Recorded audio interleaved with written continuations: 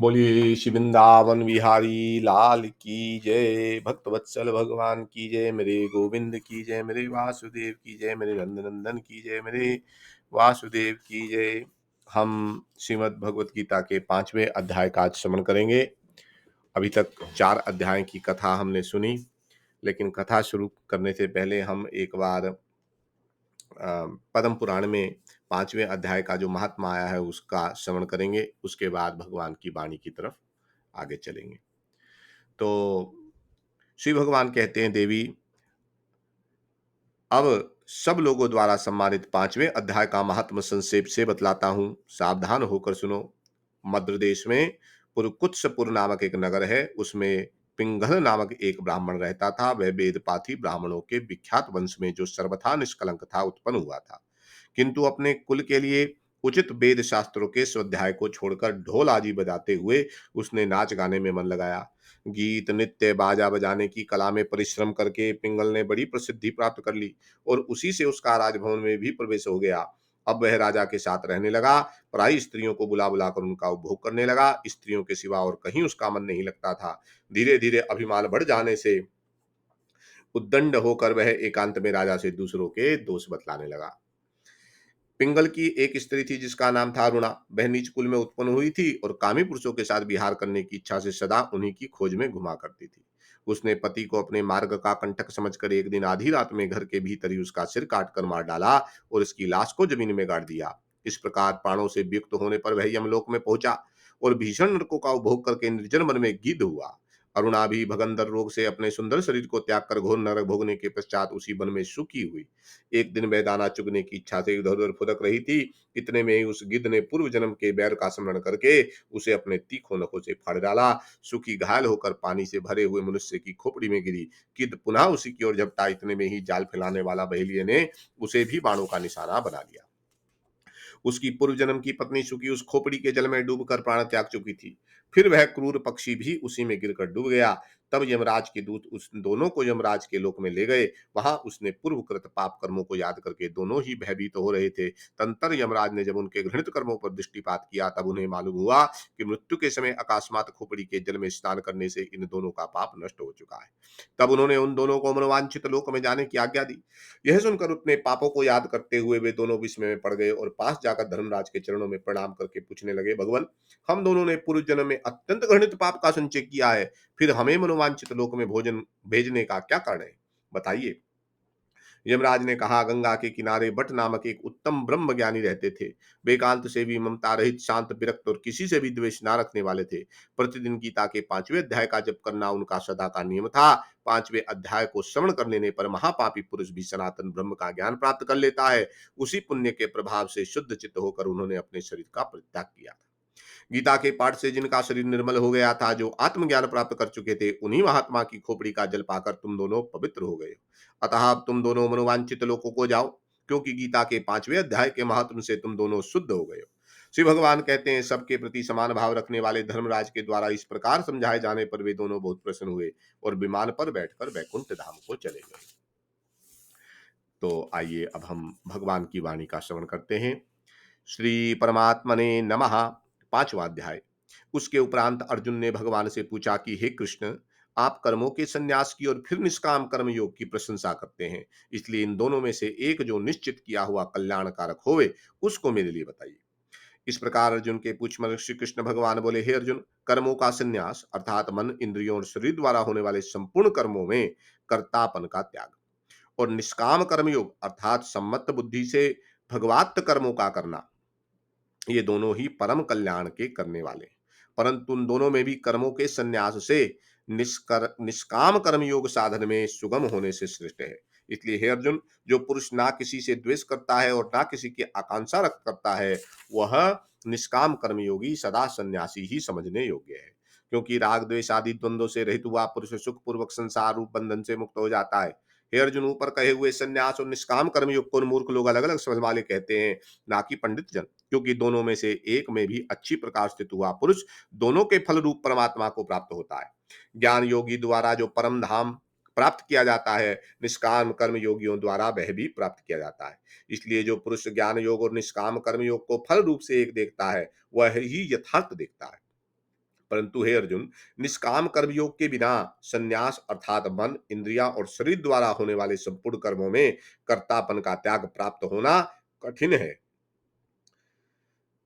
और भगवत स्वरूप को मनन करने वाले निष्काम कर्मयोगी परब्रह्म परमात्मा को शीघ्र ही प्राप्त हो जाते हैं। वश में किया हुआ है शरीर जिसके ऐसे जितेंद्रिय और विशुद्ध अंतःकरण वाला एवं संपूर्ण प्राणियों के आत्मरूप परमात्मा में एक ही भाव हुआ निष्काम कर्मयोगी कर्म करता हुआ भी लिपायमान नहीं होता। हे अर्जुन, तत्व को जानने वाले सांख्य योगी तो देखता हुआ, सुनता हुआ, स्पर्श करता हुआ, सूंघता हुआ, भोजन करता हुआ, गमन करता हुआ, सोता हुआ, श्वास लेता हुआ, बोलता हुआ, त्यागता हुआ, ग्रहण करता हुआ तथा आंखों को खोलता और मीचता हुआ भी सब इंद्रियां अपने अपने अर्थ में बरत रही हैं, इसी प्रकार समझता हुआ निस्संदेह ऐसा माने कि मैं कुछ भी नहीं करता। परंतु हे अर्जुन, देह अभिमानियों द्वारा यह साधन होना कठिन है और निष्काम कर्म योग सुगम है, क्योंकि जो पुरुष सब कर्मों को परमात्मा में अर्पण करके और आसक्ति को त्याग कर कर्म करता है, वह पुरुष जल से कमल के पत्ते के समान पाप से लिपायमान नहीं होता। इसलिए निष्काम कर्मयोगी ममतत्व बुद्धि रहित केवल इंद्रिया, मन, बुद्धि और शरीर द्वारा भी आसक्ति को त्याग कर अंतःकरण की शुद्धि के लिए कर्म करते हैं। इसी से निष्काम कर्मयोगी कर्मों के फल को परमेश्वर को अर्पण करके भगवत प्राप्ति रूप शांति को प्राप्त होता है।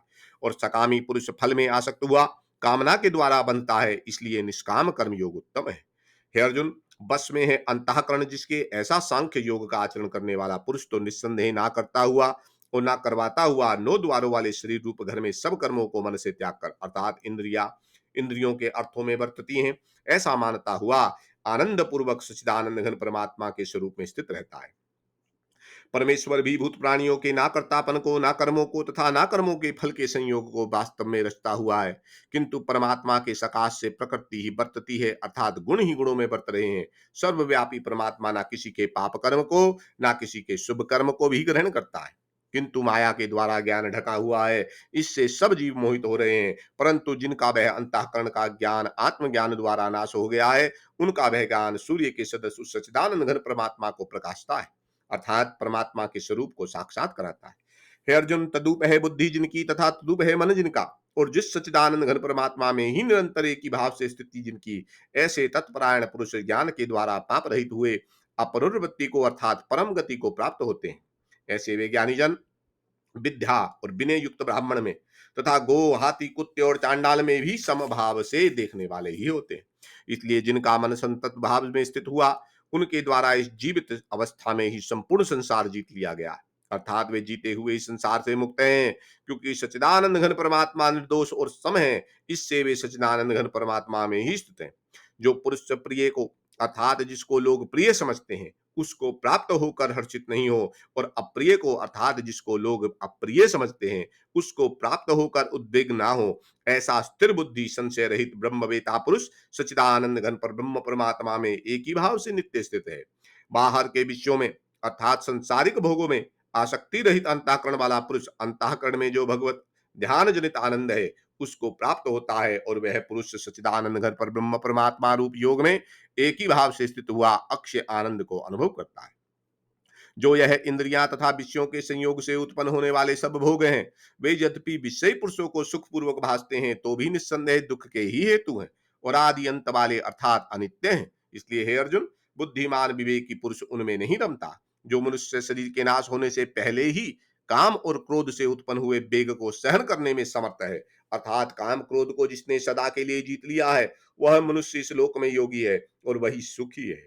जो पुरुष निश्चय करके अंतरात्मा में ही सुख वाला और आत्मा में ही आराम वाला है तथा जो आत्मा में ही ज्ञान वाला है, ऐसा वह सच्चिदानंद घन पर ब्रह्म परमात्मा के साथ एक ही भाव हुआ सांख्य योगी शांत ब्रह्म को प्राप्त होता है। नाश हो गया है सब पाप जिनके तथा ज्ञान करके निवृत्त हो गया है संचय जिनका, और संपूर्ण भूत प्राणियों के हित में है रति जिनकी, एकाग्र हुआ है भगवान के ध्यान में चित्त जिनका, ऐसे ब्रह्म बेता पुरुष शांत पर ब्रह्म को प्राप्त होते हैं।